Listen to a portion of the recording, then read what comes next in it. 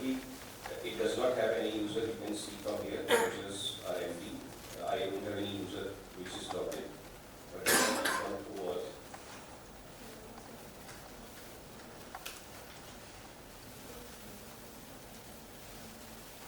then it will give me option, okay, log into AI Analyzer by Infosys, Infosys logo, pending. And then I can see, okay, continue with Google Authenticator or Facebook. So in this browser, I have already logged in as Google. And I will just say continue with Google. It will ask for permission to access my Google profile. And it says authorize this app. Hi, Gaurav. AI Media Analyzer is requesting access to your this Media Analyzer account. I can either accept or decline it. This is my Google profile photo, whatever is in my Gmail. I accept it, and then a session will be created, and I can see in the settings my profile photo, my name, and my email address. Obviously, it didn't have a date and version, so it has recorded it.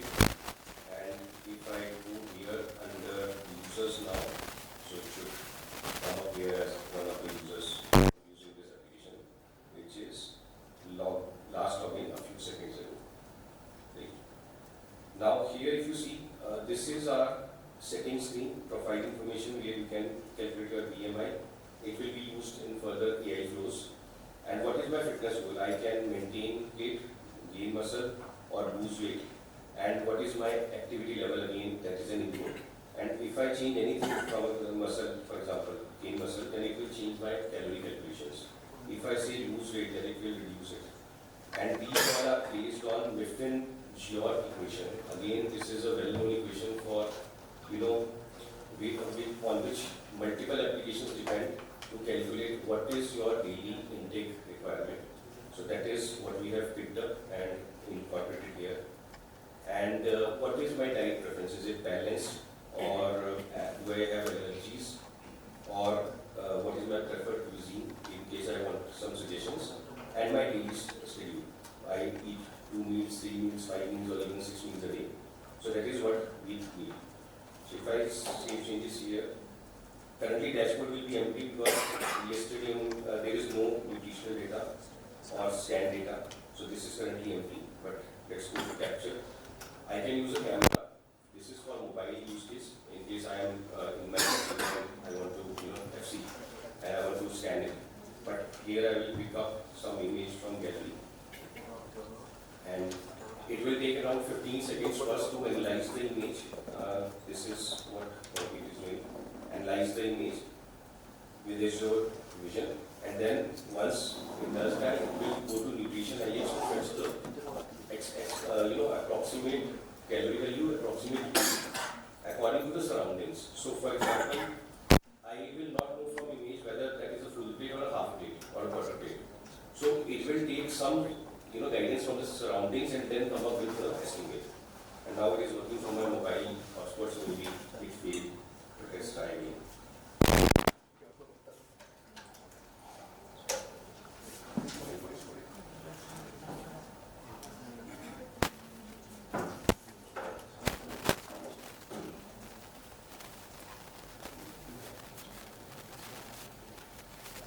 This is the nutrition IX platform that we are using.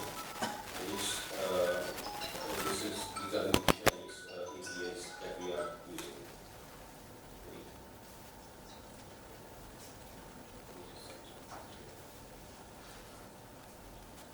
Okay, so now it says healthy.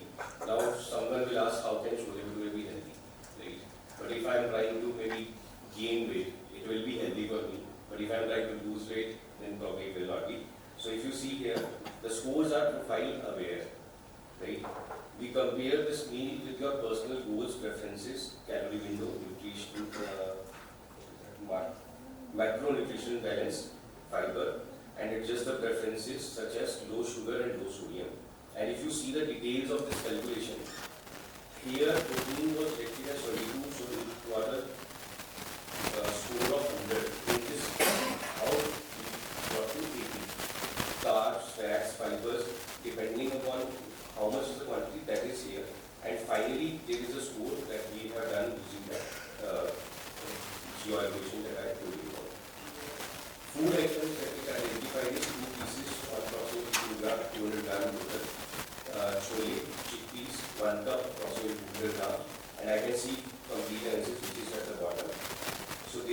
32 grams of proteins, 120 carbs, 33 grams fat and fiber. And then if I go to complete analysis, so this is what complete analysis looks like. And here is the estimate, how it came up with. This is what we got from nutrition IM, these values. And for 200 grams. So that is how it calculated everything and came up with the recommendation, summary, whatever we could think of, we added here in case someone wants to go in detail. Right? I can add this to my meal, or I can choose to analyze some other meal. But as soon as I add it, it will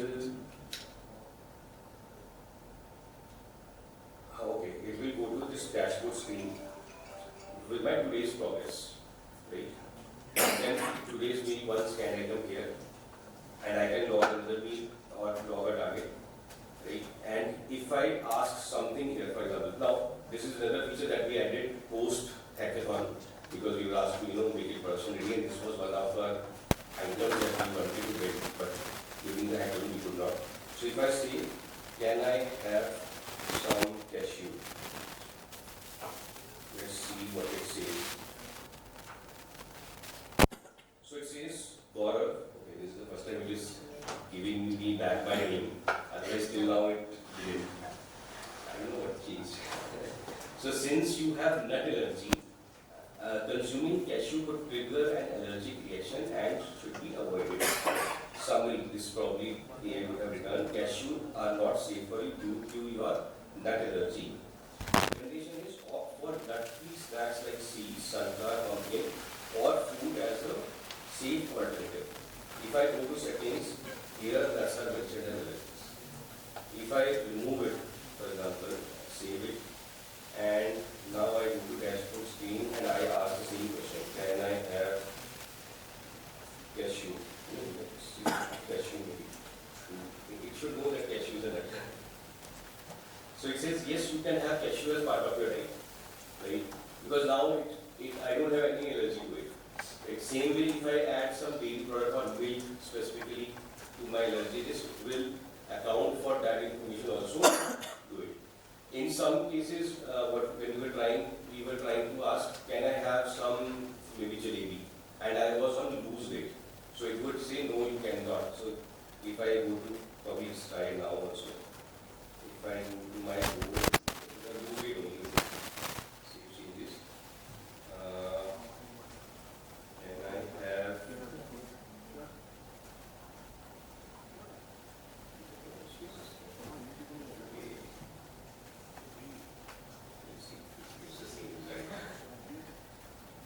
jalebi is high in sugar and calories, which may not be aligned well with your weight loss goal and current calorie intake for the day. If you want to indulge, have a small portion, adjust other meals to stay within your guidelines. So that is how it takes care of all your profile information, and then there is a personalized recommendation for you. So this is what we did. Two things that we added after hackathon. Rest was part of the initiative.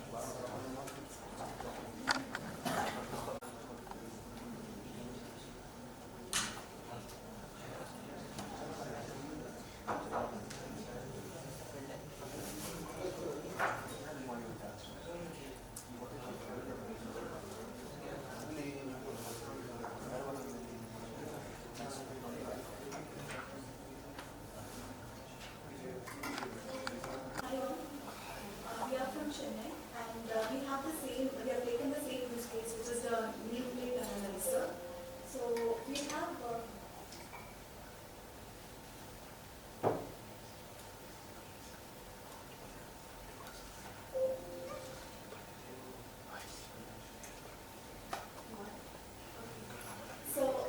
the first thing in our thing is we have integrated with Infosys sign-on.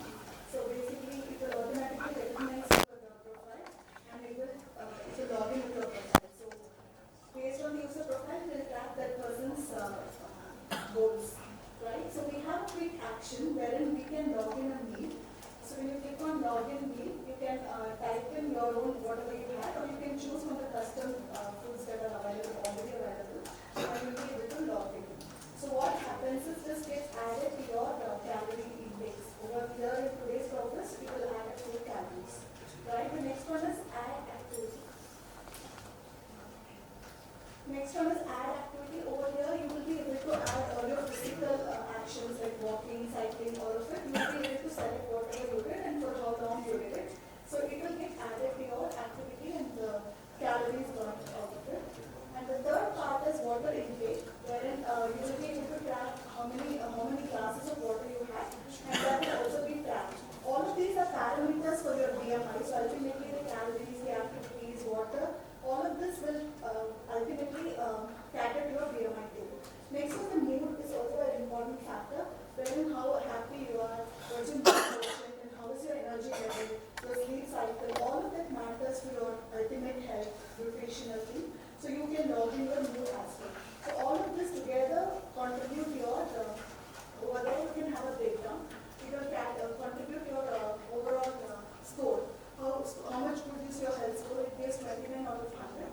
So based on all of these parameters, it calculates your health score. And apart from that, you will be able to add your weights and height. So based on which it will calculate your BMI, and it will give suggestions based on the BMI. And you will be able to see a nutrition trend across the days. Okay, so that's possible. And how much of sugar and fiber intake you have had. So it will track that because many of us have diabetes, so the sugar fiber intakes are very important. It tracks that as well. So, and we have a chat bot. So here you will be able to upload a photograph, or you'll be able to then type it also that I had easy today. So it will actually calculate the calories and it will get added to your daily calorie.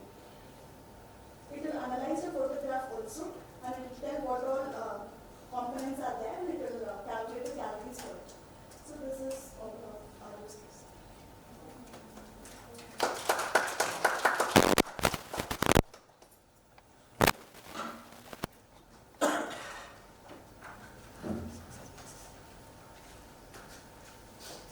So my use case is also the PS2, that is meal plate analyzer. I built an app called Caffeine. So similar to what our team from Chandigarh and Chennai has done. There is an option to scan food. There is a dashboard where you can see the nutrients, macronutrients that you have consumed over the days. There is a calendar feature where you can see over some particular time. So during the time I will show how it gets stored. There is an option to see meals, nutrition, water, etc. On a high level, this is the solution that was built exactly during Hackathon. I'll show the improvements that was done after this as a separate app. So we had an option to chat based on multiple profiles. There's a fitness coach, there's a dietitian, there's a chef that is personalized for you. I'll start with the profile itself. So in the profile, we have the option to add what our age is, what the weight is, etc. Then what the health goals is. Basically, is it weight loss, is it what is our activity level. So based on that, the calorie target keeps changing. There is multiple features that we get from React itself in terms of dark mode, push notifications, etc. Then we have the dislikes. For example, it is not necessary that somebody is allergic to something, but also they have their own preferences in terms of they want, let's say, lacto-vegan food or purely vegetarian food or something. Once we add this, we can also add the allergies like our team from Chandigarh was saying. So based on that, within our chat itself, it will say, okay, you can consume nuts or you can't consume nuts. So I'll start with the actual demo. So behind the scenes, there are a few agents that are working. When we try uploading an image, it actually checks if it is a food or not. That is something that comes from the RI standpoint. So I've integrated Azure AI Content Safety. Earlier it used to be called Content Moderator. Now, for example, if I upload something that is not a food, it recognizes whether it is a food or not, whether it is a harmful content that is coming or not. Same goes for our text features within chat. You can't ask harmful questions, etc. So, for example, if I upload an image for something like dangerous, so it is like somebody is having a knife and they are trying to attack someone or something. So if you notice in the backend, our RAI itself says like it has been violated because it is not catering to Azure OpenAI's content safety. But let's say if I try to upload a meme, there is an option. If you see, there is skip scan and auto log to your diary. So what happens is sometimes you want to analyze something and not want to add it to your logs. You don't want to track it, but you want to see, okay, can I keep it or not? So that's where quick scan and this toggle comes into picture. So I'll just say, just try to upload another image.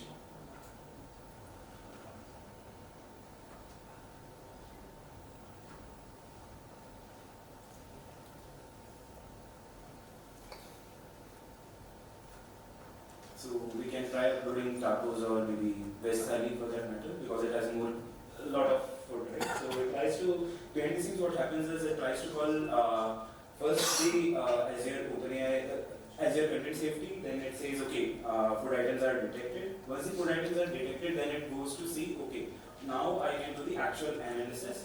So there is multiple, now you're saying there is a fallback chain that is implemented. For example, if Azure OpenAI goes down, there's an option to go into Gemini. If Gemini also fails, for example, it fails in our corporate network, there is Ollama running behind the scenes. So I have Gemini 3 4B model, which is also has vision capability. So if that fails, we have the option for, if it is deployed in user's phone or end user device, they can still use the application offline. So if your APIs are not working, still this application has the capability of working locally. The accuracy will be on the lower side because those are working on your CPU, not on the GPU side. So it tries to analyze this food. Once it tries to analyze this particular food, basically in terms of what are the carbs, what are the macronutrients, etc., there is also an advice getting recommended from your dietitian profile. So it shows how many calories is there in this particular food. It also shows what all components are there in this particular food. For example, if it is a thali, you might not be just saying, okay, this is just a thali. I also want to analyze what are the parts within that is good for me or that is bad for me. Right? If there is something that has a high fat content, I don't want that to be present. Now, since the auto-logging to your diary is already on, it will try to save it to your diary. But coming back to your profile itself, based on the profile that you are having, you'll have the dietitian recommending something. Okay, you can eat it, you are having good protein sources. Based on your recommendation, what you can have, what you can't have, etc. So again, when we build something using AI, there is always a practice of saying it is generated by AI or not. So we say this is getting generated by a dietitian profile, but it doesn't mean that you have to always stick to it or you can always trust it. Then if we go to dashboard, you saw it was empty earlier. Now that we have added this to our log, it starts showing up saying, okay, these are the calories that you consume for a day. This much is remaining for your day if you have to consume something else, etc. Same goes for proteins, carbs, etc. It also adds to your today's needs. Same way like Generative is having the graphs in terms of what is the weekly progress, what are the consumption that you are doing. Same I'm also having in terms of the graphs you can see. We have the option to add water intake of how many ml of water we are consuming, etc. For example, if I consume 500 ml, then that gets added to my daily targets. Now, when I come to calendar, I can go back. Right now, we don't have any data for the older days, but over time, when we have the user adding it to our logs, they will be able to see, okay, these are the meals that I already consumed. Same goes for the nutrition breakdown. We can see day-wise nutrition breakdown that also there. Also a weight tracker. So you might be able to find a correlation between, okay, I am consuming this much, I am working out this much. What is the overall target, or am I able to reduce weight or something? The health check feature is another one. Just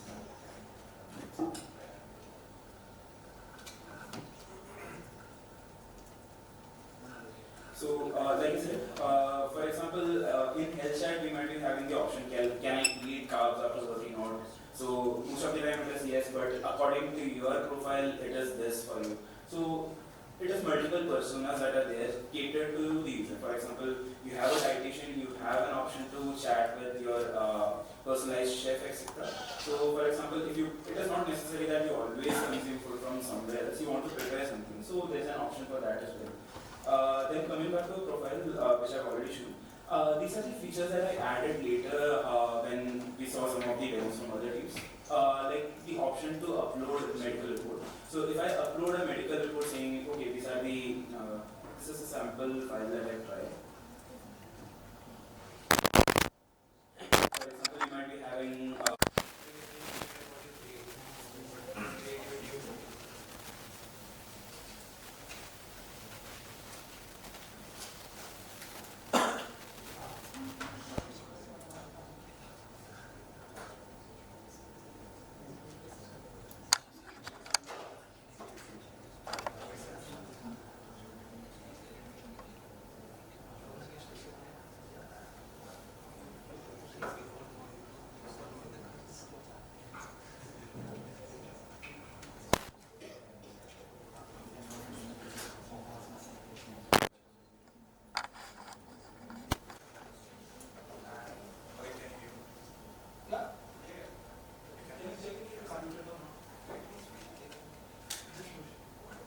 Hello. Okay. So we have built this Entry Arogya map, and what's our plan is basically you are using like multiple application in your mobile nowadays, right? So what you want is like from tomorrow you can use this application as well for tracking your nutrition and everything. So our idea is to this is for basically for Infosys people and for outside. So for Infosys we have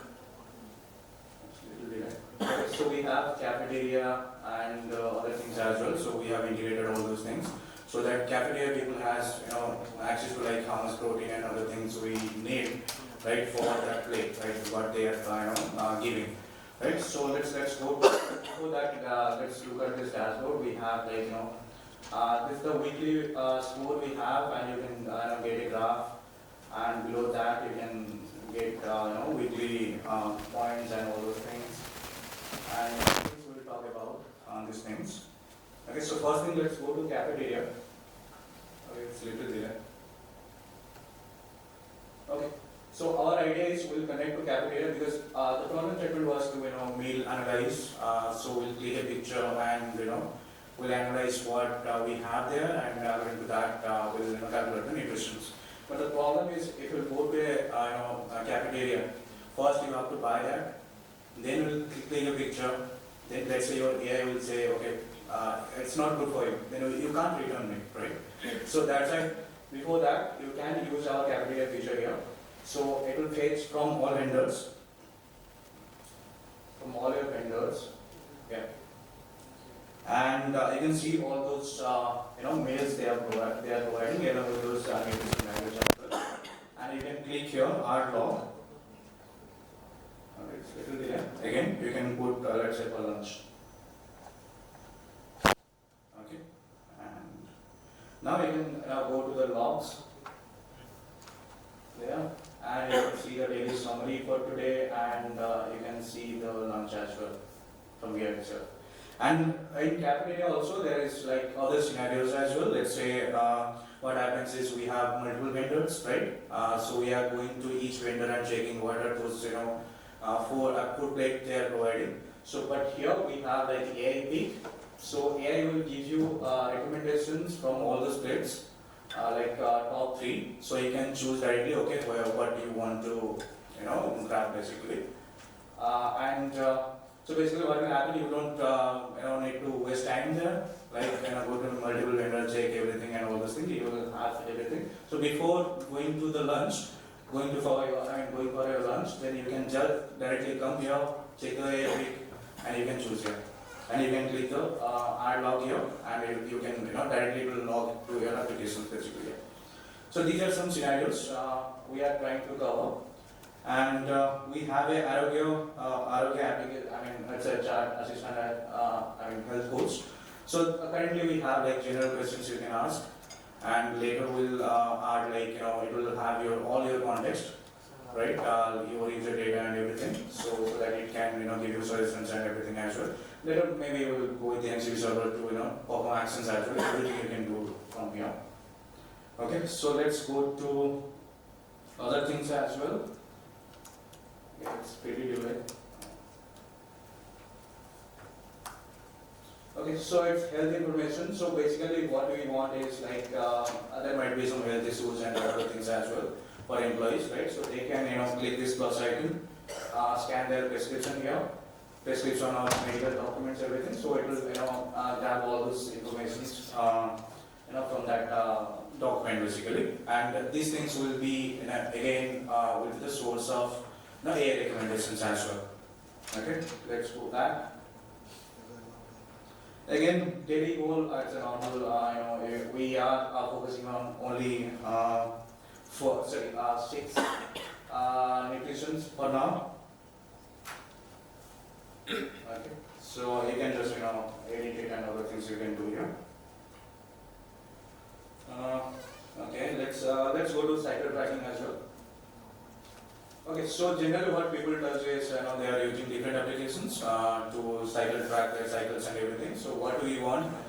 Use our application to track your cycles so that whatever the cafeteria and other AI recommendations we are giving will give according to that as well. Right? So those kind of things. So in cafeteria we'll get get those data, cycle data and everything. According to that also we'll give your recommendations. Okay, so other thing is it's under development currently, exercise tracking. So you can connect your Google Fit and everything. So what the idea is, let's say in the real world scenario, what happens is, let's say you are going for gym and everything. So we have a daily goals target, like fixed targets, right? 120 grams, let's say, for protein. But if you do heavy workout, then you need like little more protein. So what it will do is it will sync from your Google Fit. According to that, it will just increase the daily goal for today, right? And after that, it will recommend again those foods and everything. You can, other AI assistants will handle all those things.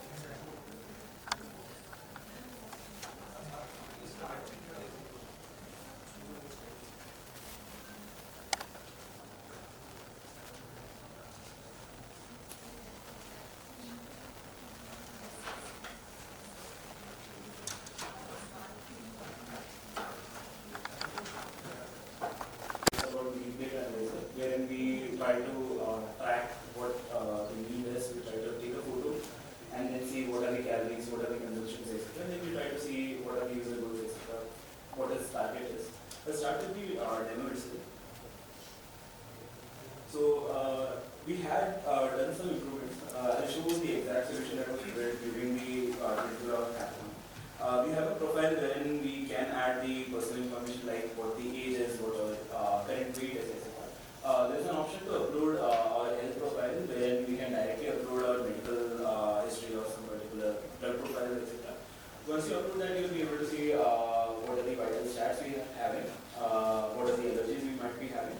So we can add what our primary goal is. Is it weight loss? Is it we want to go to gym? We want to build muscles? Is it some athletic targets? Etc. What is our activity levels? Apart from that, we try to have some allergies, etc. Some people might be having nut allergy, or they might be having lactose intolerance, etc. Some people might be having they would maybe Jain vegan, or they might be having some food likes or dislikes, etc. Once we have that info, etc., you can try scanning in some particular food.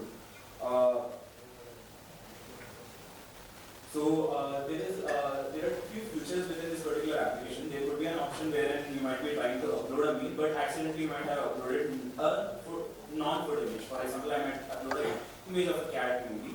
So that should be blocked by my RAI policies, etc. So this particular application has a detects if it is a harmful content or not, whether it is uploaded or not.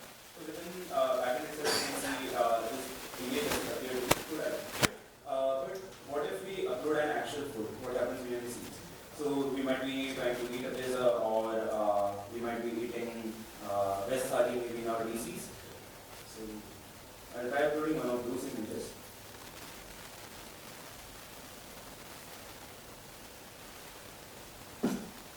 So if we upload something like a thali or a veg combo that is specific in our DC, we might be having several food items with that. So what happens behind these things is again it tries to analyze whether it is food or not. Once it analyzes, okay, it is a food, it has detected it as food, and then it tries to call or Azure OpenAI from MSG and subscription of Infosys.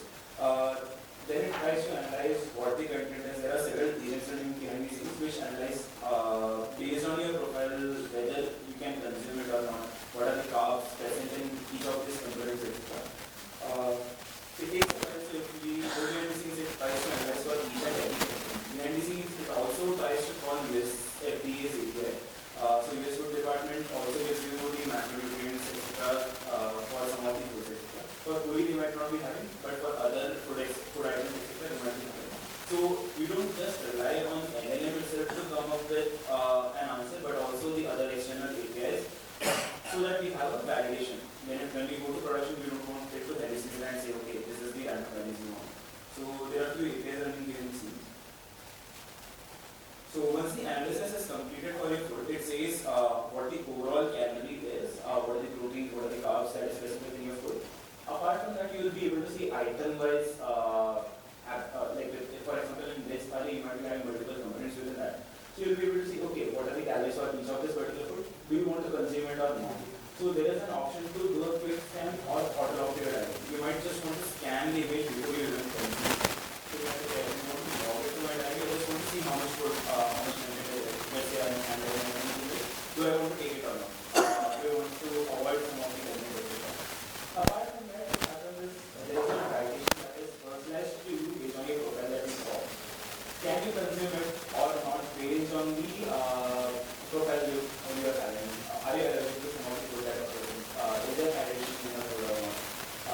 So that is personalized, and we also give an AI benefit to that. You should always remember that it is coming from an AI, it is not from an actual practitioner, actual medical practitioner. Now, since that we have enabled this auto log to diary, you'll be able to see within our dashboard how much calories we have consumed, how much is left. We can manually log these, for example, I want to upload from page, upload it from a catalog, or do I want to upload manually, like add something manually. For example, I might want to type in something and then say, okay, this is the salad or something like that, salad, or there could be nutrition information which I want to add automatically or something that I don't have to be, for example, it might be a sandwich or coleslaw sandwich, then I can directly say fix it here, it will give me the calories even in that particular sandwich, even if you are not having an English. Coming back to our dashboard itself, you will be able to see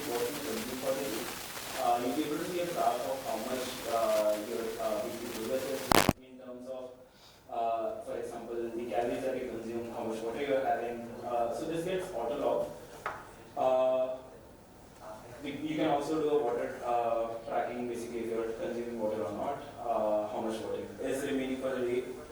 What comes apart from that is, for example, you might be having a weight loss as your target. So over time, is your weight reducing or not? Or is it increasing? If it is increasing, it should show in red. In chat, we are having the option of basically four personas. One of those personas is a dietitian.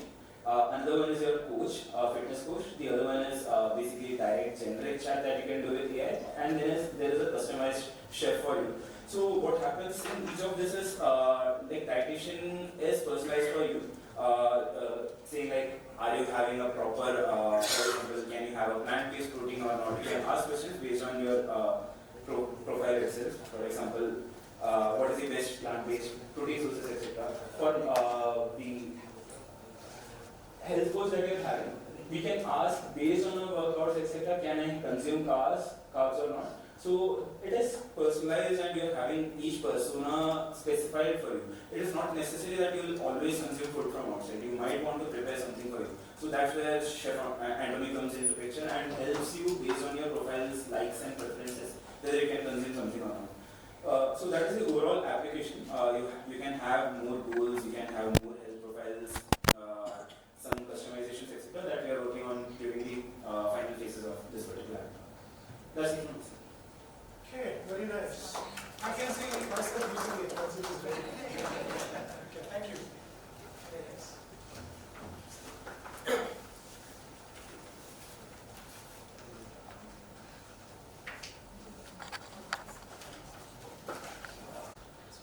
Basically, when we have developed the Mean Analyzer, the web API, but it also support the mobile application also. So first, when the user log into the application, then he can first you need to add a credential here. For example, employee ID and department number, full name, email address, password, ID, everything he needs to give. So once he give that, it will be redirected directly to the login page. But even vendors can log into the. There is one more login here. When vendor can log in here, it will be explained further. For now, I will come back to login and try to log in here. Okay. This is how dashboard looks like. We will added a dashboard here. Okay. Which consists of a meal project category consumed, rating, and day sticks. Right now we added one of the meal, so it is showing as for today. It is showing a day stick and one meal today. And then from here we can go to the add new meal, or even we can come from this menu here. Then from here, you can upload the image from the gallery, or you can even take the photo. Let's take the then multiple image. You can take one. Let's take an example of CFC. While this is being process is taking place, I want to explain what is the architecture we are basically using. We are trying to mock simulate the N8N workflow.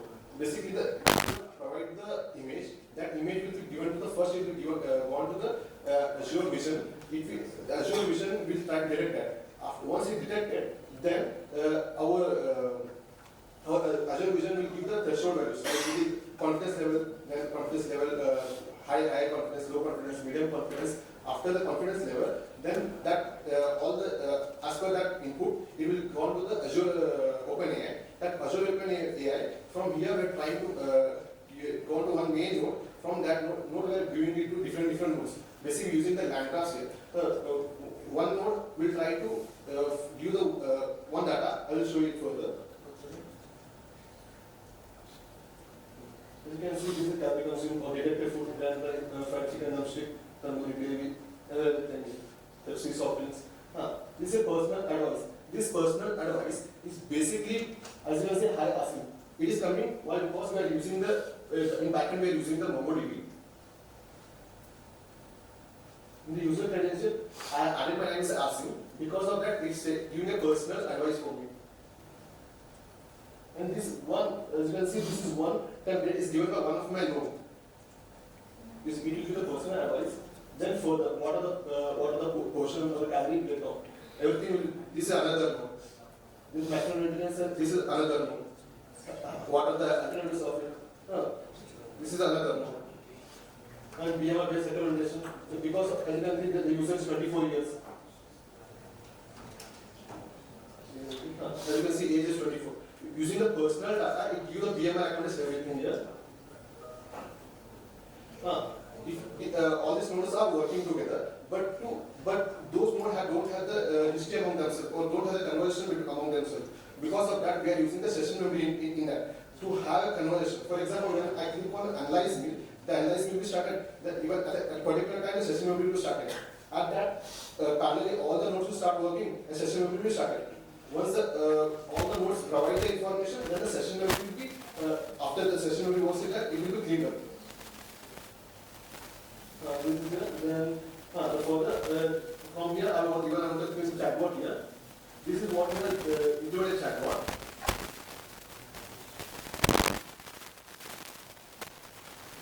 Even if you want to give another, for example, let's add another photo here of any non-food. Let's say I put mostly not in a category. If you say that there is no nutrition present in it.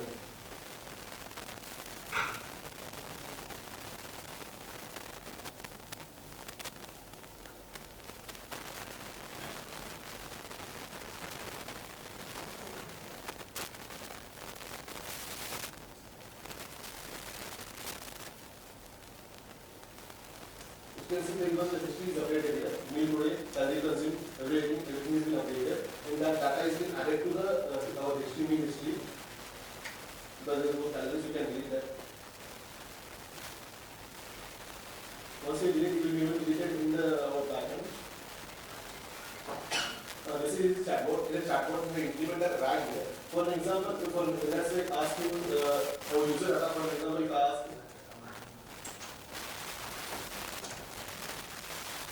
what is my age?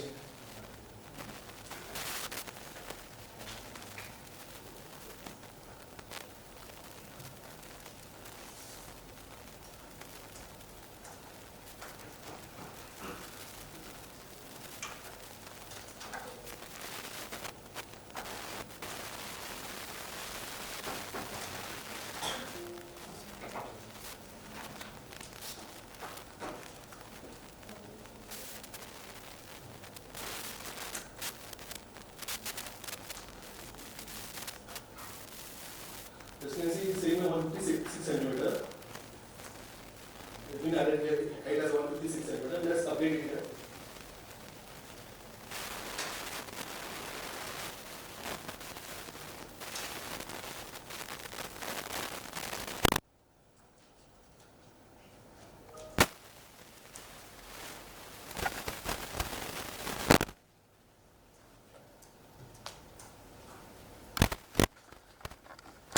So you can easily choose which item should include.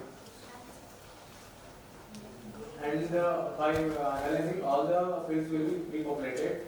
Only thing we need to add is the price and category preparation time.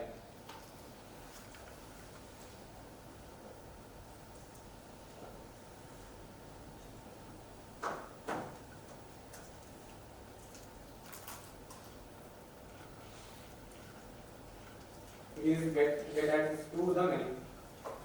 And in orders, you can see which are the orders are placed. And now we will move to the user side.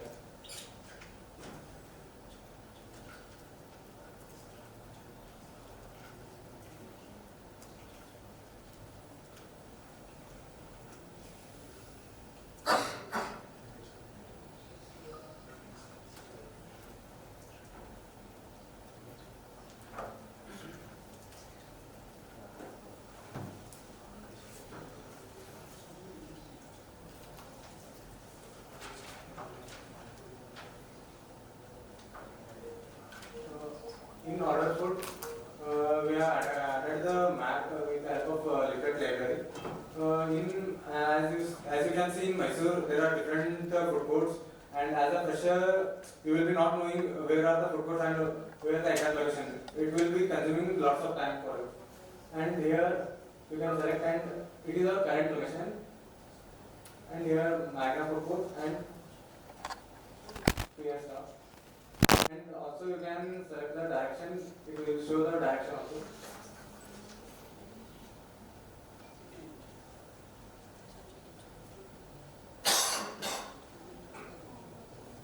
Here you can see the direction.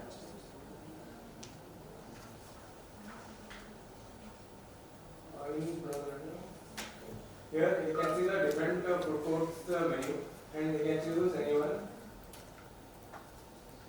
For example, recently we have added South Indian Thali, so it is there and I will select add to cart, view cart and place the order. Once the order is placed, we can see our order is placed and until the vendor confirms and mark it as a confirmed, it will show your status as pending.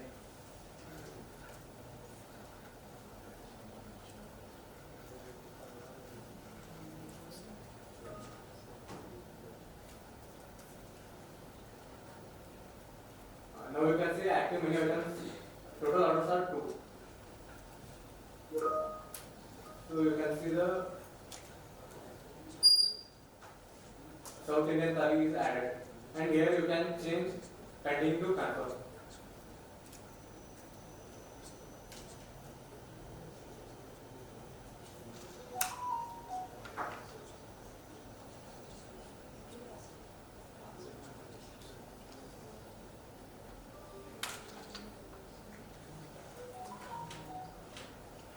And the status is updated.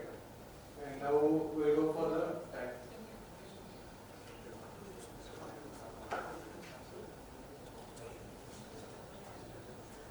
In history, you can see all the items which are selected by the user, where he can track day-to-day history, what all he has had in his past and past history. And in trends, you can track 7 days and 30 days, 90 days, calories, how it is going on. Goals, it will be set with a particular goals. Initially, while registering only, the target will be set, what target we should meet. Based on that, it will be tracking.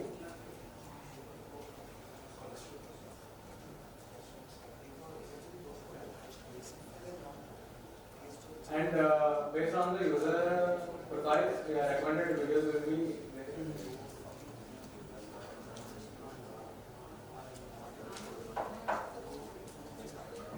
this is like a protein and things, like a collaborating with a particular brand where users can buy here only with special discount or something like that.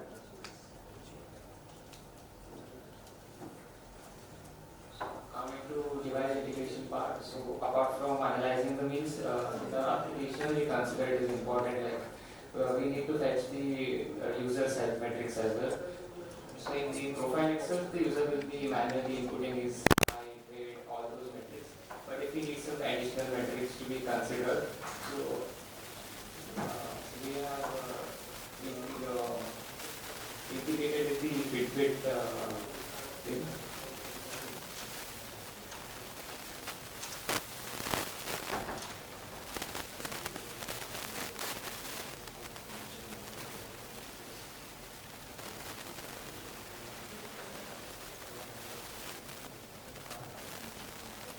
So I had earlier logged in with my email ID to this Fitbit account, and these are my today's statistics which are visible. So they are calling the Fitbit API to retrieve this data.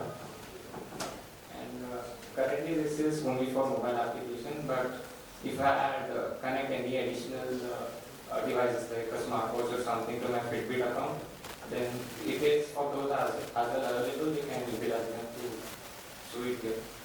And similarly, like, we are trying to do the health monitoring by utilizing those metrics which are fetching, try to visualize them in this tab. And there are additional tabs that the user can input what all health conditions he has, any if the user is under any certain medications, so those can be added here. And coming to the utilize one more thing. based on all the users' data, his health metrics, we can download a full report, PDF report of that thing, or if he prefers to email it to a doctor. So it's coming in.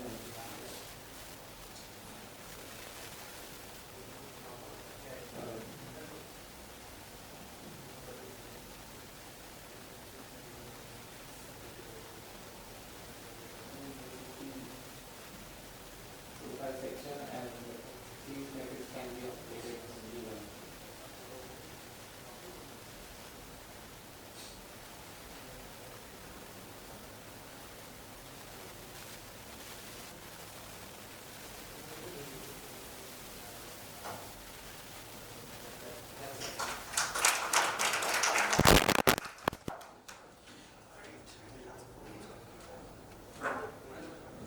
So I guess this was the last one for this meet date, right?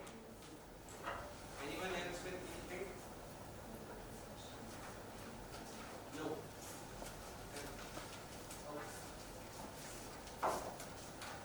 So the fun begins now.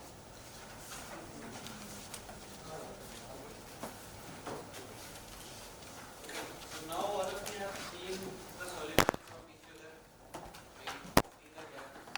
So what are the essential things that you think that needs to be there in all of your solutions?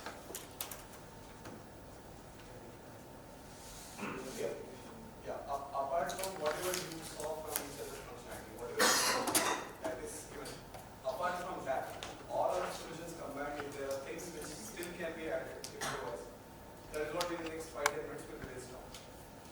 Some of the use cases are things which we also have noted, right? Other teams can also contribute, right? Yeah, So we are not part of this challenge. all of us who have seen all the demos, we can pitch in with something which does definitely a value addition. You saw that Sally saying that he would be the first user of this app.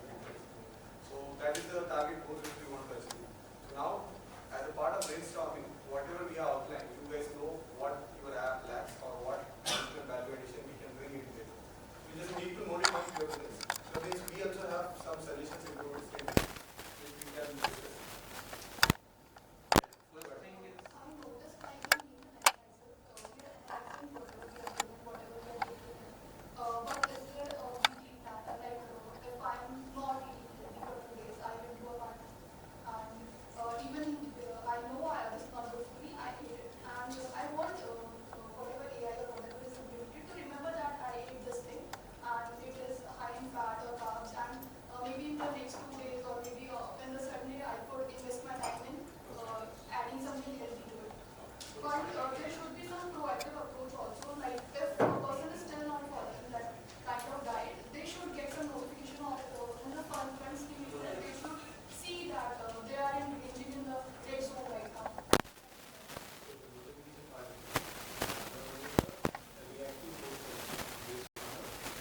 so one solution from my side is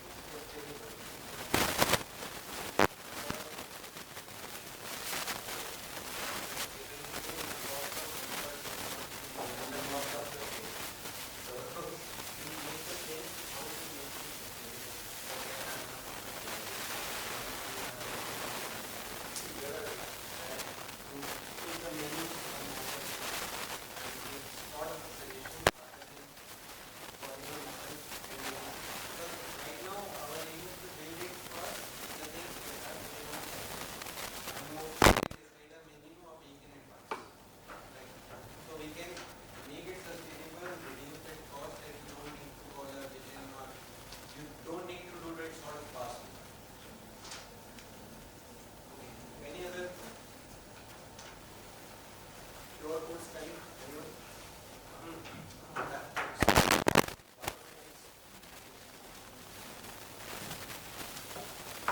So we have multiple AI tools now, ChatGPT, Claude, Gemini, and something else. Like we can just directly upload our image and we can ask our question to get the data.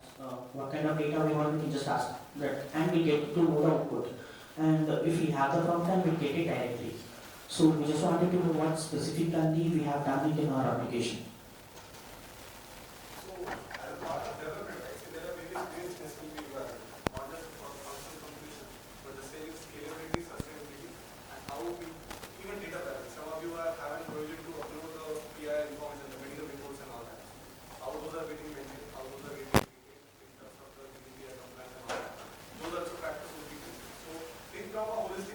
not just to have an entire all the amalgamation of functionality which we have, but the correctness from an end user perspective. Like she said, like 2 days if I'm partying and I don't know now what should I do to course correct my dietary habits, right?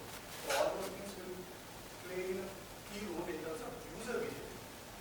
And then all the standards, like whether we are implementing Infosys guardrails, RAI guardrails, how we are detecting biases, how we are detecting racial discrimination, how we have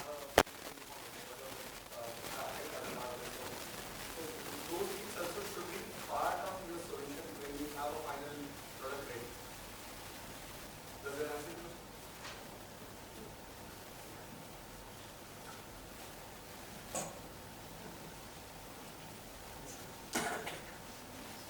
Any other suggestion from anyone? What else we should add? Part of the functionality. The geolocation part. Course correction.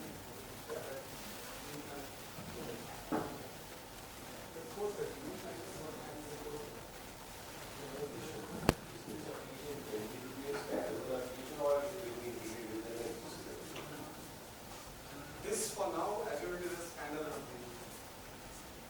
But we can integrate based on the discussion which we will have with the ISP, right? To get it integrated. The idea was it is one functionality which is really great and like it. Now health plan, trends, maybe all those are use cases that go align. Don't they align right with it? But the actual problem was really great analysis. Correct. How accurately we can do it, how accurately we can assess it, and how accurately we can use AI to answer it. So sustainability will not. That is a basic premise, right? If you are rolling it out for 3 lakh employees, Correct. they want to use it. So when you here we have to cache it. correct. Because I don't want today some vendor added some wrong information and thousands or lakhs of employees are affected. Yeah, so then you Because should it's have one entry. so you should have a mechanism to validate that. It says Correct. even in the loop, right? When you're you right, when the AI vision model scans the thing, instead of Italy, it calls that something as vada or something. Where is the human feedback wherein we are saying no, this is 80, you go ahead and then do the analysis based on this. Ocean size is also not constant. We Correct. are not using We are all. standardized. If you look at any food court where we eat, right, they have a standardized meal portion. The containers which they use to serve the quantity, right, those are also standardized in terms of what kind of amount they provide. So we need to consider those aspects where we want to have, let's say, I am serving 250 grams of lentil dal, and that how much calorie, protein, and all that content is there. So that should be called out, and that should be there. So see, and one more thing, right, to your earlier question, it's a meal plate analyzer, yes, but we want to scale it for the Infosys and what are the premises which we have. Right? We have rooms where most of the employees eat. We have certain standard menu. We have certain dietary habits, certain geolocations. Right? Let's say if you go to north, you will not get idli in a day. So if I am from a Chandigarh DC, should I get a recommendation based on the food which I am having there in those food courts? Or should I get something which I don't have it but I have to scan somewhere else? If I am not getting, let's say, dragon fruit somewhere, so should I recommend that as a so all these things also you consider as a part of solution. And as a part of Bangalore DC right now, in our food courts we have an app where you can download it and we can order it even and we can just go pick it up from wherever we're sitting. So these kind of apps are already being implemented in private fields in different DCs. So once that is done, our meal plate analyzer would be a very good add-on. So that's why these features come in picture. Why I asked the question is we cannot have 10, 15, 20 cases in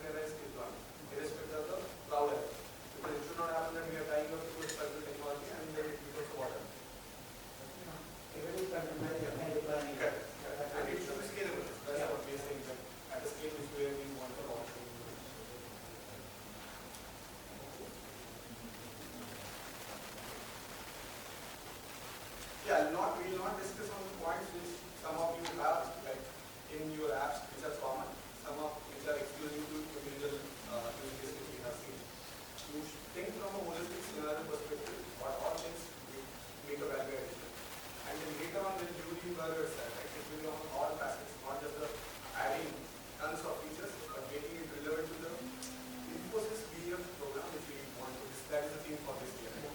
So, and then we do all these technologies, sustainability and everything. Okay? More ways, right? When she said, right, that I'm partying, I'm acidic now. What should I have? Should I have curds, providing food and all that? We will have to go check what happens. Yeah. So, you have Then I can say that this you analyze my last 2 days data and you come up with the data. But it can That be a is the template. thing. But it can be a template as well. See, if you know the food, you can categorize the food which is being prepared, what is it?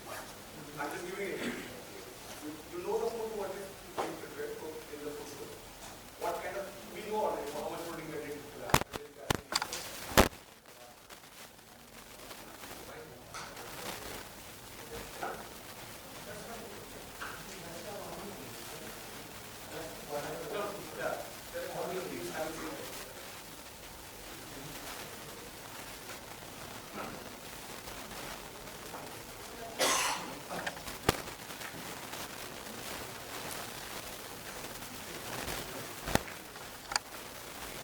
Hi everyone, we have developed our travel portal that is Infigo. Now, nowadays, like whenever we are creating travel requests, I think we all have faced issues being in manual, and also once it goes to the agents, it comes back to us, right, saying that we need some kind of approval, the unit head approval because of, say, suppose females traveling between 8 p.m. and 6 a.m., but also the budgets are high. So there are many SOPs that define that if our travel will be approved or not, if the tickets will be issued or not, which the third party vendor is also taking care of, right? They know everything. So that is what we are taking care of in our application. Instead of these segregated small steps, we are looking forward to AI-enabled DC. This is our step towards AI-enabled DC, that everything comes into one portal, okay? And this will be an extension of the Infimi application. Like it will be integrated with our existing Infimi application. So this is what we have developed. Now I'm skipping the login and register part, like I said, because SSO is already implemented in Infimi.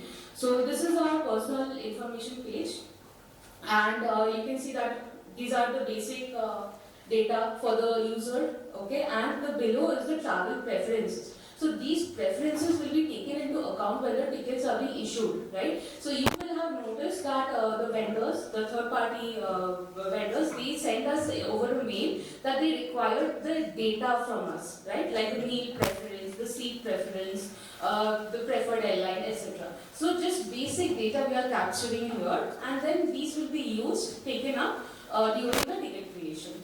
Okay.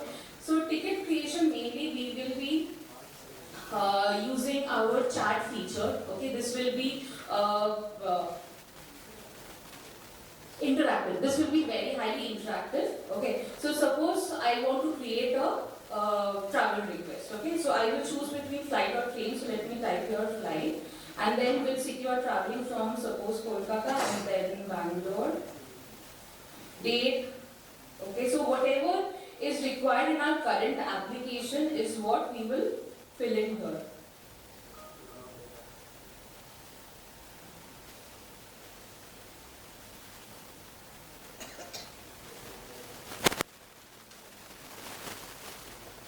In this kind of places, actually, we are planning to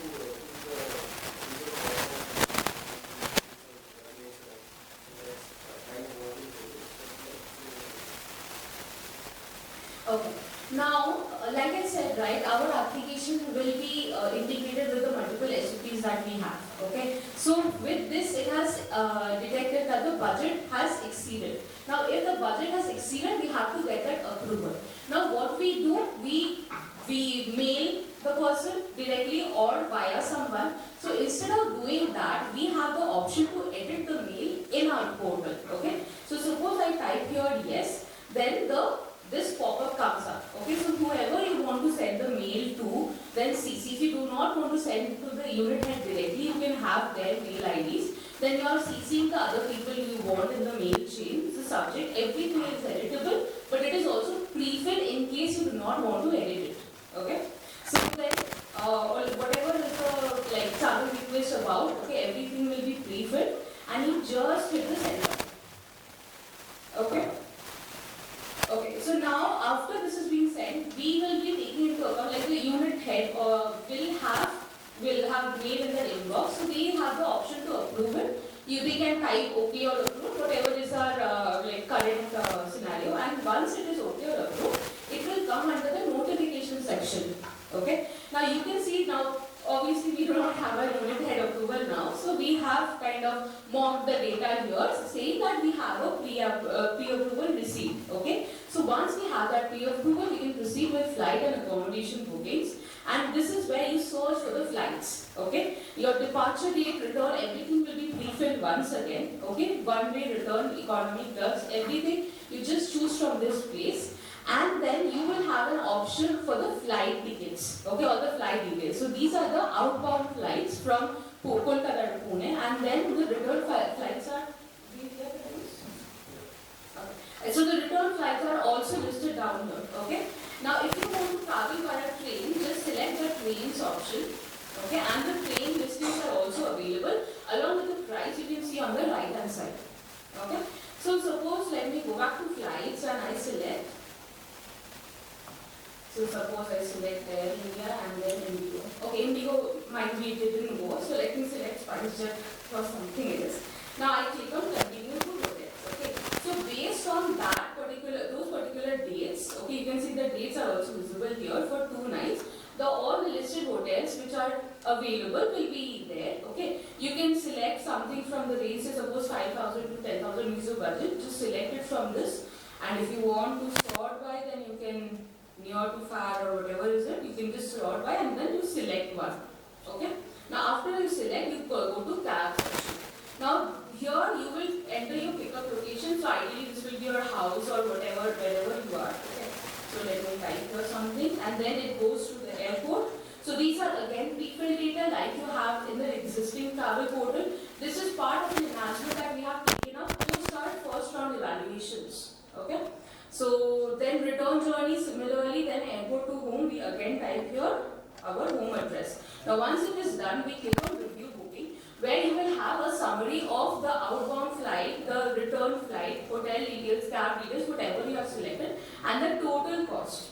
Okay. Now once you click on confirm booking, the booking is confirmed and you will see the status of your travel request here. Okay, so suppose let me go inside one such travel request. So suppose this is a Delhi trip details. Okay, so the level 1 approval, level 2 approval, travel test processing. Okay, all status can be visible here.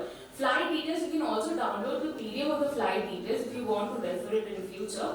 Then the hotel details, the cab details, cost summary, everything will be visible here. Okay. Now, if you want, you can change it to dark theme. We also have the theming feature, and okay, we also have a dashboard where we are showing the analytics. Okay. So yeah, I think I have covered everything. What is covered is as we all are working on productionizing. So this is the user perspective what we are showing you, and hopefully more feedback what kind of new features we can add or improve. So one feature that came to my mind specifically is this will be very helpful for us. So suppose I select any flight from this list and I click on hotel and I select the hotel. Continue to cab. Now if you have a travel request, you will have the cab drivers call you early in the morning or whenever is your pickup time to get the current location of your address, like where you are. So that following that location, the driver will come here. Okay. So what we can implement here is we can add a Google Maps link to this pickup location. So there we can directly set the location from where we want to be picked up or where you want to be dropped off. So that will be easier even for the cab person and even for us. It will be more convenient. Because every time the driver calls and asks for send your WhatsApp live location, so why not integrate the same thing? And since it's going to be an integration or an extension of the Infinity application, we designed the application with the infrastructure which Infosys has. So as you can see from here, this is the containerize and deploy in AWS instance which we have. Okay. And the agents which we have, they are going to reside in Focus Fabric.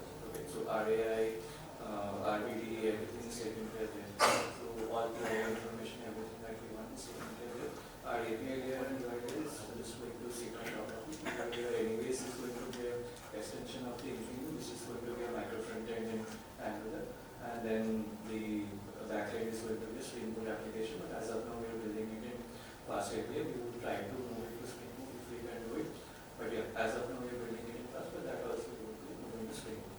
So that's the complete alignment on the tech stack, also with the Infosys approvals and everything, so that we do not face any hiccups and anything when we try to productionize it and have a extensible feature to it.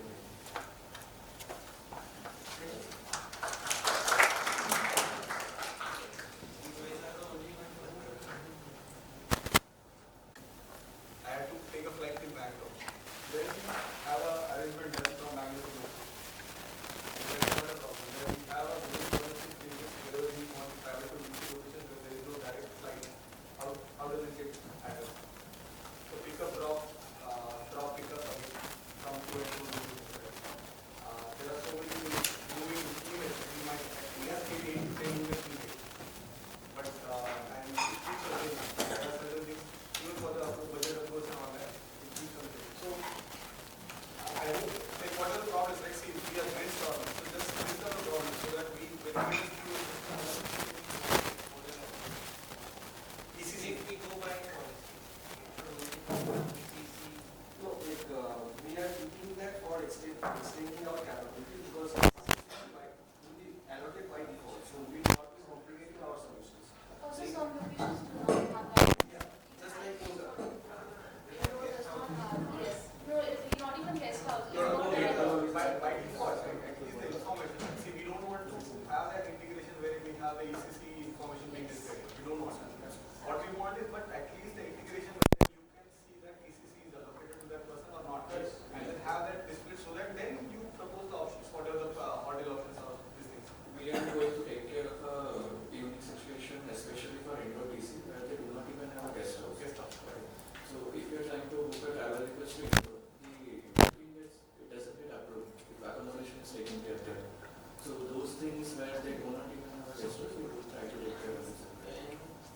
right now it's more aligned towards like something I only want to know For the final terms is complete Infinity booking, this infusion booking is so like every TDC center has to have lot of headaches, even for a small DC like whatever TDC center has to face lot of headaches. So aim is to take that as part of the final term. Also, I would suggest that everyone, what are the system integrations we are doing from Infosys? Outline the interface integration diagram. How we are going to do. Let's say the travel request. So when we consume that, how many travel requests should be created or do things in that, or what are the integrations to get picked up. All that quality so that when we stick into the IS system, right, our CCD and all that, then it could be easy because we need to have their approach. We cannot have a certain contract which is outside of what are the security plans. So it's not hard to, even for a deal analyzer, whatever the integrations we are going to do with IS applications and everything, make sure that those are well within boundaries of whatever the security layers we have. Any other problems? Yeah, one question. I don't know, maybe I skip or what. Because what I was expecting from this whole application is that, as I think you mentioned, right, if things are within policy, we do not need any approvals, right? Yeah. But here, what I'm seeing that we need to manually, click on bookings, right? Okay, hotel X, flight XL. But I think if we are building something with agent take or that kind of mode, the manuality should be minimal, right? It should automatically give you a summary that, okay, this is what I booked. If you like it, and it's okay. If not, then reject it. So because if I'm doing everything like selecting, clicking, I'm missing the agent of these things. So you want the single, like single form like kind of a view. They are able to give you a recommended suite with Yeah, based on your preferences, your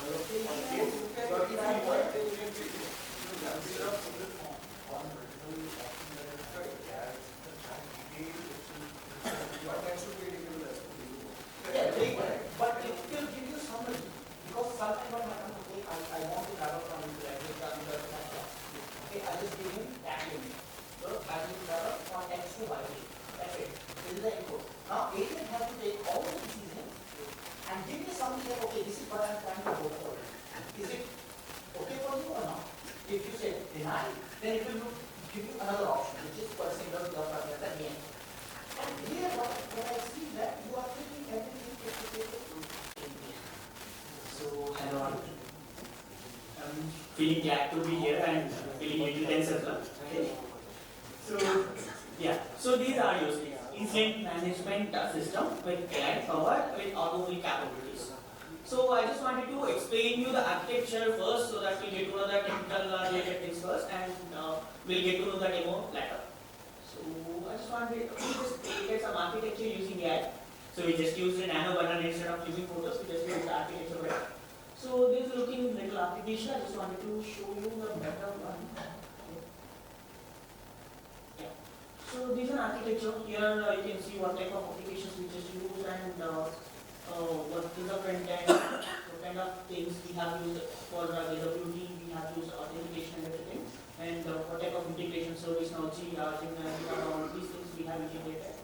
And these are the features which we have that we can just that we showed in our demo. And these are technical stack which we have used right now. So yes, so let me go ahead to the demo. So yes, so these are intelligent management system. So here we can just start with SOPs. Suppose I'm a user, I'm going to raise a ticket in a ServiceNow or a GitHub issues or in a Jira. So I just wanted to make it very quickly resolve it, right? So what I'm not going to wait like someone has to assign for it, someone has to analyze, someone has to found out the issue, someone has to identify the issue and someone has to clear that, rectify the issue. So till that I can't wait and I just need to resolve it within this time. So for that we just use this tool to make it more reliable and to resolve our issue very quickly. So here is our features, like we can just upload instant data and to get to know what are the existing instances, whether we have it or not. And we can just start with the SOP documents and we can just start with the code records and links. We can just start with the documents and everything we have. So here we can just log in.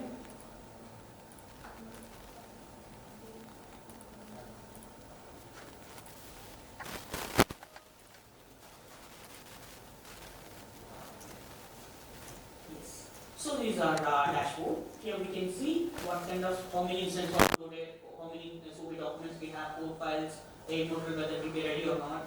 And here are the features which we have. So we can just click on generate SOP, we can get that SOP document and we can, if you want, we can upload the instant data if we already have existing. And if we have already documents, SOP documents to resolve that issue, we can upload it here. We can use the chart with the code. Suppose an issue which is related to a code change. I just wanted to know which way I need to change, what I need to change and all. So we can just click on it and we get to know. So we can just click on it and we can just upload our path. We don't need to upload it in that folder, we can just give a path of it. So it will automatically take and we'll get to know the result. So just wait, who want to wait till that time to run it. So this kind of, so I just mentioned that, explain that code or something else, like well, we can ask whatever we want or else we can just ask the issue directly. So it will analyze everything and it will write everything and it can do everything whatever we want with the code repository. So here we have integrated multiple embedding models, like we don't want to relay one thing and we just wanted to make it more accurate. We just use the code base for more accurate code things and paraphrase white for semantic things and all. So we just use for it. So chart with SOP documents, it is just like a chatbot. We can just set a chart with our documents.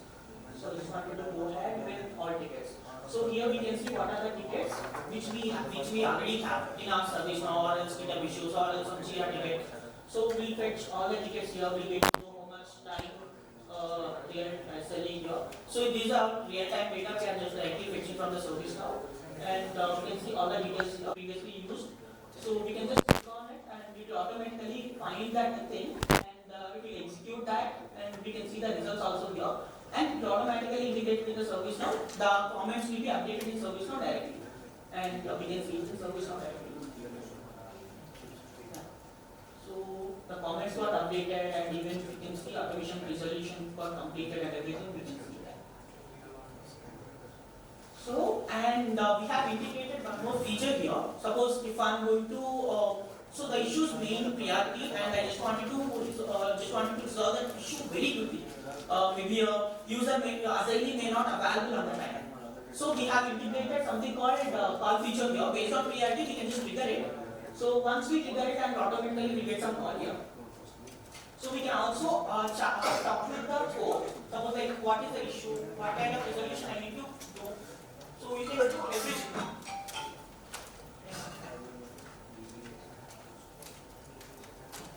So we can analysis is critical to the solution. Let me get your current incident details now. So what kind of incident is this? So we can just ask what kind of questions and like what is the resolution of it, and everything we can just ask.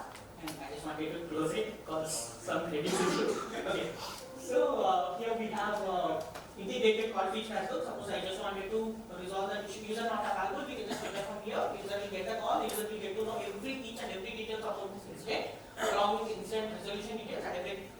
So there is a call feature which we have integrated, and similarly we have a GitHub sync as well. So we have a GitHub issue like that we need currently we have been integrated, but the thing is like it is not supporting our environment on the Infosys systems. And also we can see the real-time logs, what kind of logs it is generating, front-end logs, back-end logs, or something else, like if you wanted to see any issues here for admin perspective or something. And here we have something called script generation. Suppose you got an incident and which is about which we can automate it. The incident can be automated, but we don't have any scripts ready. So we have implemented entire SDLC lifecycle here. So to automate that particular script, particular incident. So it will automatically write some script, and that script we can just deploy here. It will also give the Tupper file or something files to deploy. So we can just write something, just like our issue we can just mention here, something like this. And when we click on generate scripts, it will take some time to generate input processing, requirement analyze, test case, and everything it will do. And maybe we can see here. So here, so we have already given some generate some scripts. So we just given, and here we can see the code snippets just like this, and we can see additional configuration files and everything here. And if you can go about and some other files to automate that things, orchestrate YAML and everything, we can just give it that things.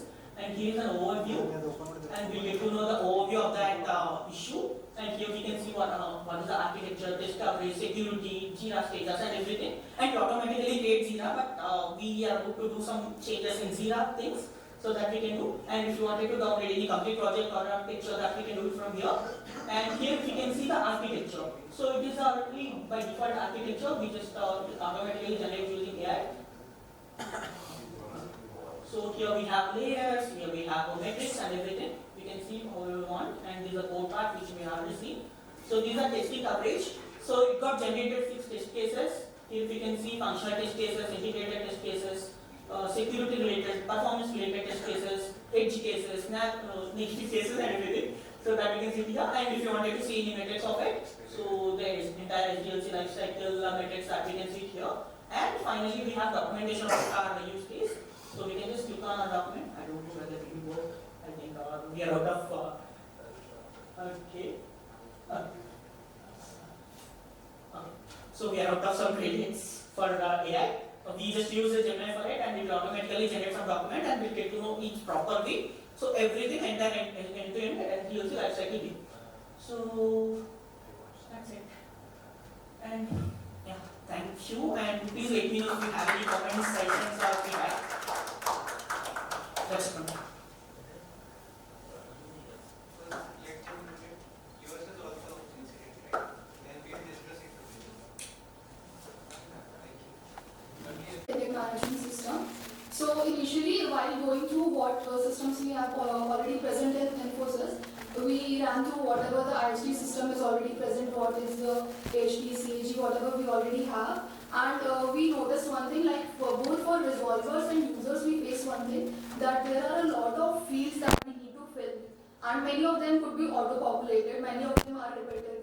And there are a lot of chances of filling out the wrong fields, and then resolver has to connect to you and tell them, direct you to go to this thing and fill it this way. And there are also internal changes that keep going, we might have access to something, but now that is blacklisted, and we cannot directly use the company portal, or we have to go to a different link to get access for that. So those kind of updates and those things we try to automate. So we have also shifted to microservices from the monolithic architecture. Here we have role-based access control. This is the employee portal. We have implemented a conversational chatbot here.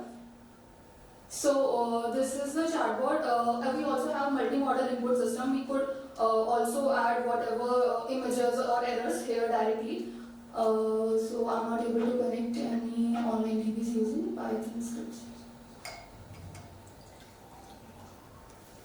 So what is happening in the backend is we have different agents in the back. So it will what it will first do is it will go through the RAI. Then it will go in the category mapping, and the routing agent will look for whatever category it is, and after category mapping it will look into what subcategory it is itself, and it will also look for the confidence score for that category. So if the confidence score is greater than 0.65 that we can see, it will automatically assign to that category, will go to the another service of like we can see classification results. So if the confidence score is low, it will reach out to the top categories, ask you to select the right option.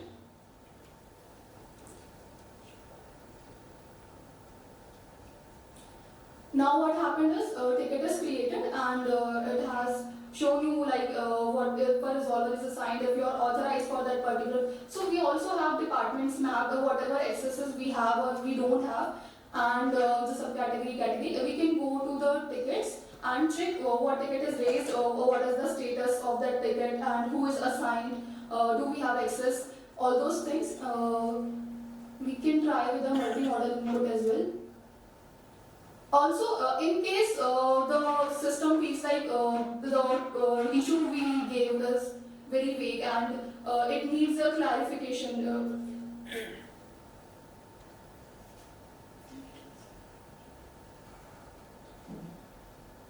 Here also for multi-model inputs, we have a normalization of data. So wherever we are using LLMs, we cannot exceed some amount of token limits. So taking into multi-model input, we normalize data, we take all this data, enrich that data to fix into a particular context.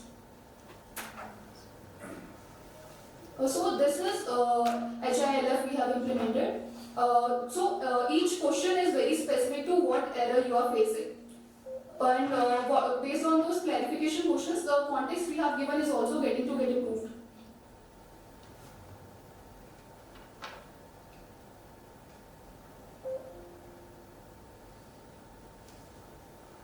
Did the issue start after recent checks?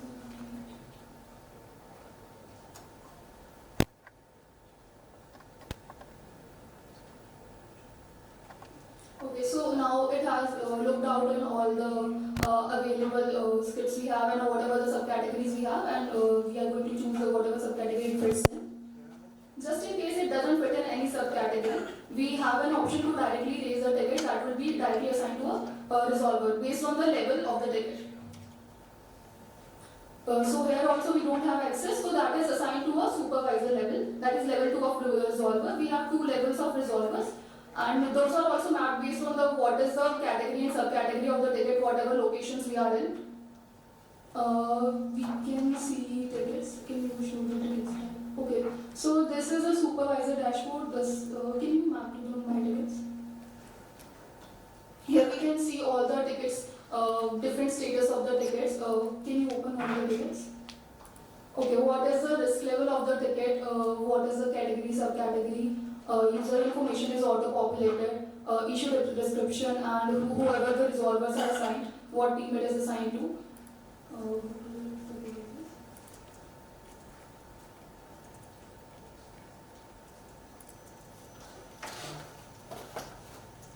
Also, benefit of microservices, in case one of the services down, we have the ticket service always running that will queue our tickets and will assign whenever Shambhala. So these are the tickets that are assigned to a particular supervisor. And here also we have implemented load balancing based on which supervisor has that number of open tickets, and we can escalate to the other person in case the present person is busy or has a lot of open tickets. We could resolve it, we could give access, and we can also de-escalate the tickets to the level 1 resolvers. In case it is an access issue, we could approve the access and de-escalate it to level 1 resolver. Here we can comments and contact to the whatever user has raised the ticket. Now these are the people under this particular supervisor, how many tickets they have open, and based on it we can de-escalate it and assign to a level 1 resolver.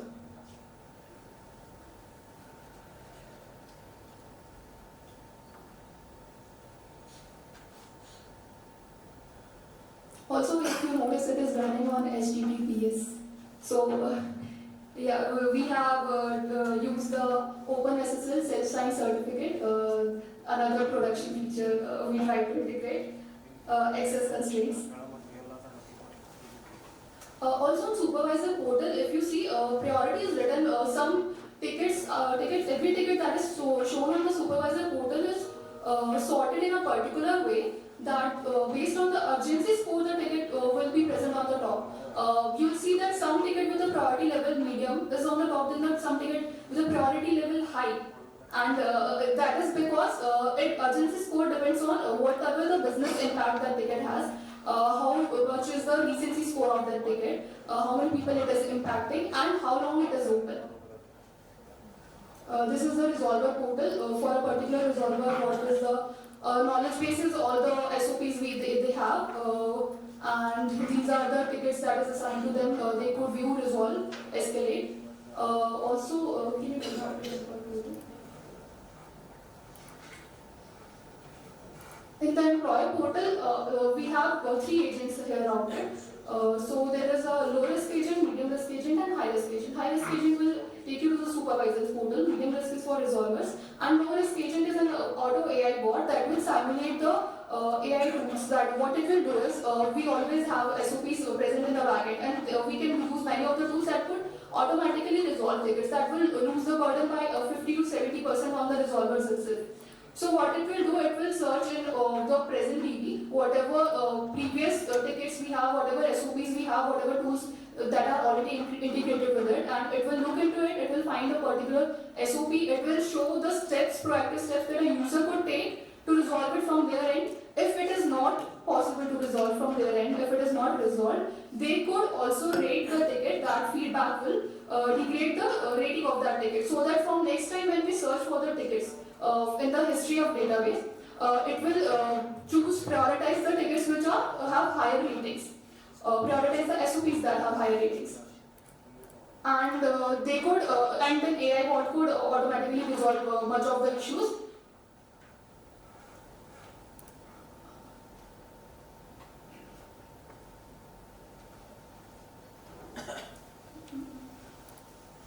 Also, many of the, like in the agentic system we have followed, many of the things are happening parallelly, because while auto-populating and looking for the SOPs and category, subcategory classification, many of the things are happening parallelly here so as to keep the burden low, and there are also iterative flows for the HILF.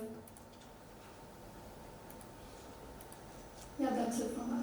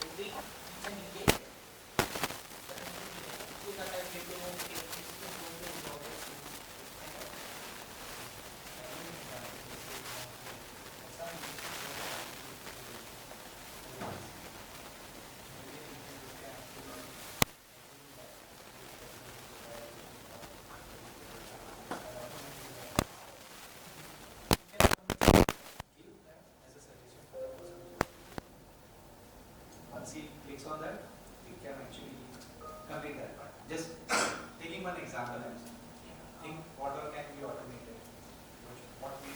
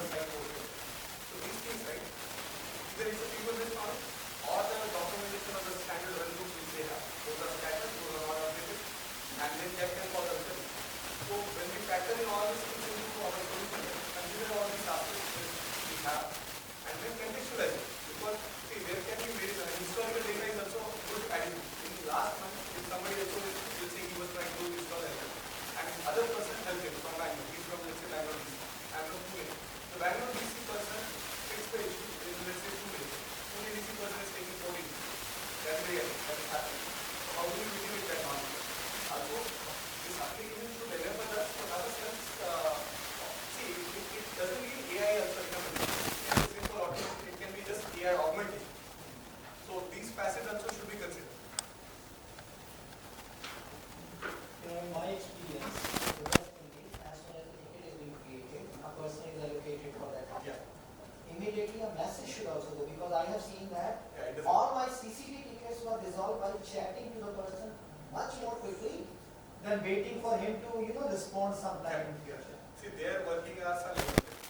They are always offline or not available over chat. Usually they don't. You have to escalate. And these things, practical things, right? See, there has to be a self-heal portal wherein all this is known knowledge now. Most of our issues are either software related, patch related, or the admin access privileges related. So this has to be structured in a way that even with no AI, there has to be a automation which can actually trigger it, do all these things, give us a consolation. I as a end user, right, I should not be filling 20 details to create a AJ request. And that too, they come back after 2 days when the SL is not being met, saying that it is incorrect category. So that has to be addressed. Also, the category selection is also very Yeah, it's complex. It's complex. So, if the system support our rider, right, in this subject, from there, the application will understand what is the category, what is the subject. We will know that. That part is and we also need clarification question also because sometimes the present category is also not exactly much what you are saying. So clarification question is based on your particular issue. Also, I would recommend if you can, when you are putting the attending part, right? So if you can you put some sort of sensor? Sometimes the voice recognition may fail, so the response coming from there. So you can make use of any open available information. If you are chatting with that voice application, so whatever the sentiment based on that, the response will come. So whatever response you have software, based on that, response will come. So if you change that what if you are saying it will more accurate. So if you have proper efficient response from that. As well as See, we will definitely not train a model for the input specific. But we are definitely train a model what are our you should be able to operate. to all of you, you are like the top one who made out from 600 plus teams that participated initially. Okay. So kudos to all of you. And one more thing, congratulations to Neeraj as well. Today he has completed 22 long years with Infosys. Work anniversary, and he is quite a passionate guy about AI and tech. So you can always, you want to discuss something, he is available, we all are available. Right? And I guess we can break for lunch. Right? And this room will be available throughout till 18. So you can come back here. We will request you to participate on all those functions because we don't want you to miss out all the fun that is happening over there. This is important as well, and this is also important because both experiences are equally important, right? Enjoy yourself. You deserve it to be there and represent your DC, represent your company, and keep presenting there because you have actually made us proud. Like seeing those solutions, I have seen those in that first round evaluation, but like seeing that in person, it gives you sort of a different feeling, right? Because that was like maybe 10 or 10 to 11 minutes when you were evaluating and you were not able to spin out a lot of basics that you have to do. So congratulations once again. And Certain guidance, right? So we have our office specific like working together. If you guys are working, right? Especially when you have people who can get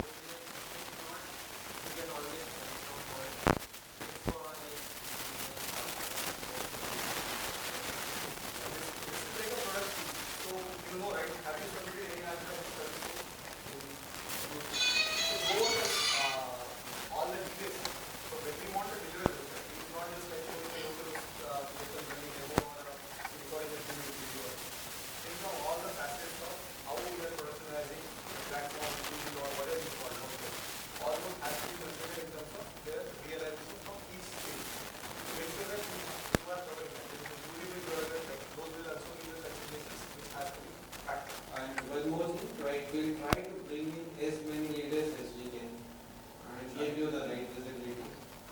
A lot of DC heads will be here, so as and when possible, we try to bring them in. They will interact with you, you can just showcase your solution because it's not just about building, you also need some sort of marketing, right? Because the efforts that you have put in, it actually deserves the right side of appreciation. We'll ensure that you get it through both the means, in person and through the email communications, but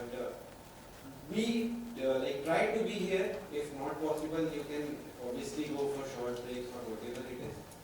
But try to be here because most of the people who knows that, okay, because AI is added for the first time in Infusion. So they will be interested because it's the talk of the town, they want to come here and meet you. So you can work here and we'll be available as well. Okay? Right? So best of luck everyone, and we start it now, 1:30, right? So you know what your problem statement, and I hope you guys enjoyed the design thinking phase. We wanted to give you a real feedback. We don't want to decide what you have to build, it should be a collective decision of It's for organizing. It's not like we are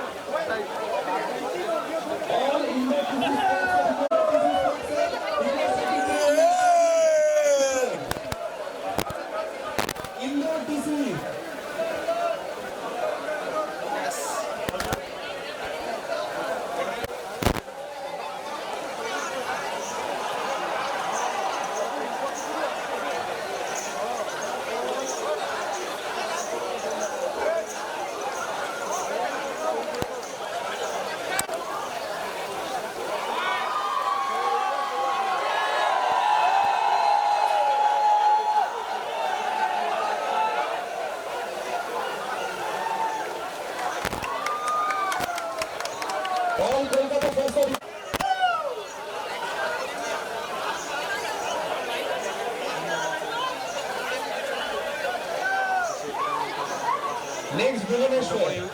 Be ready.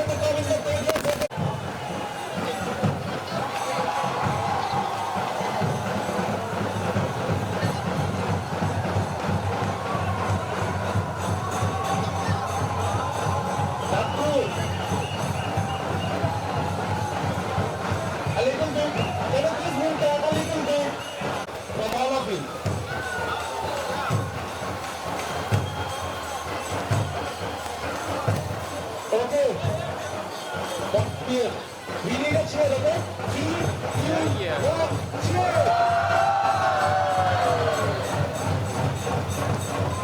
Okay, done. Not too easy. All the...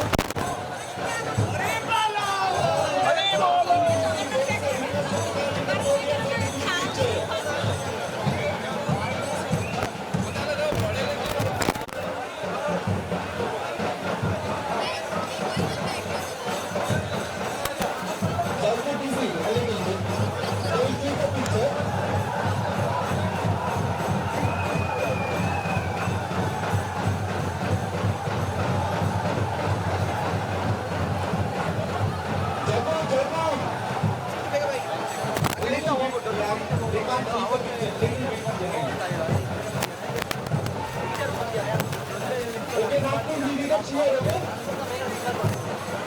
I will give the count, you will cheer, okay? Point to the camera. 3, 2, 1, cheer!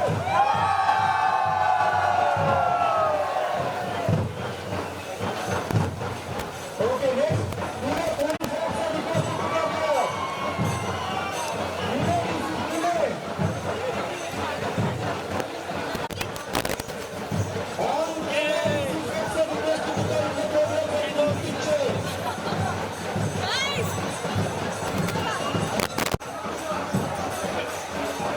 Move back. Pune DC, please. Move a little back. Create space.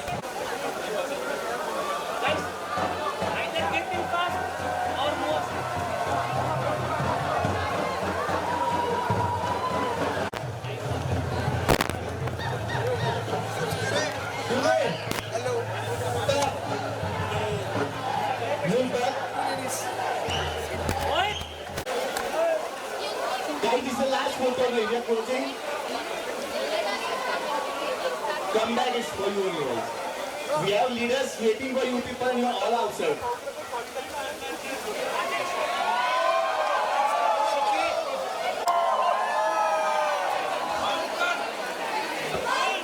There are limited seats in this part of city. I'm requesting you to go up, please.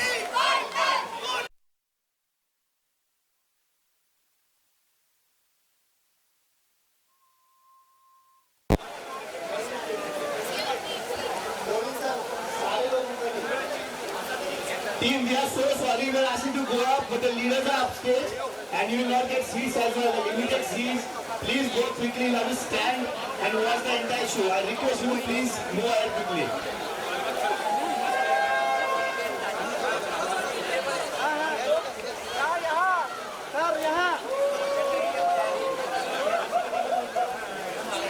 There are limited seats and requesting you people to kindly proceed to the stage.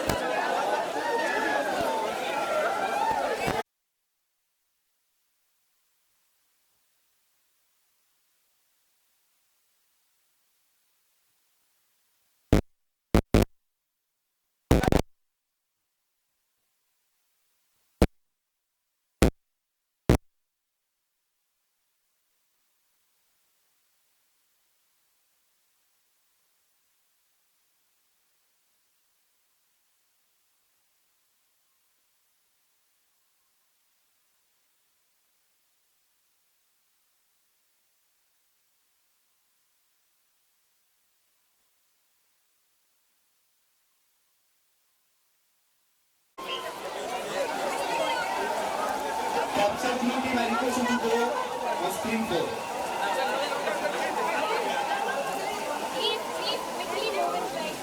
Team, you have two ways, one is left and one is right. Use whichever is convenient for you and proceed accordingly.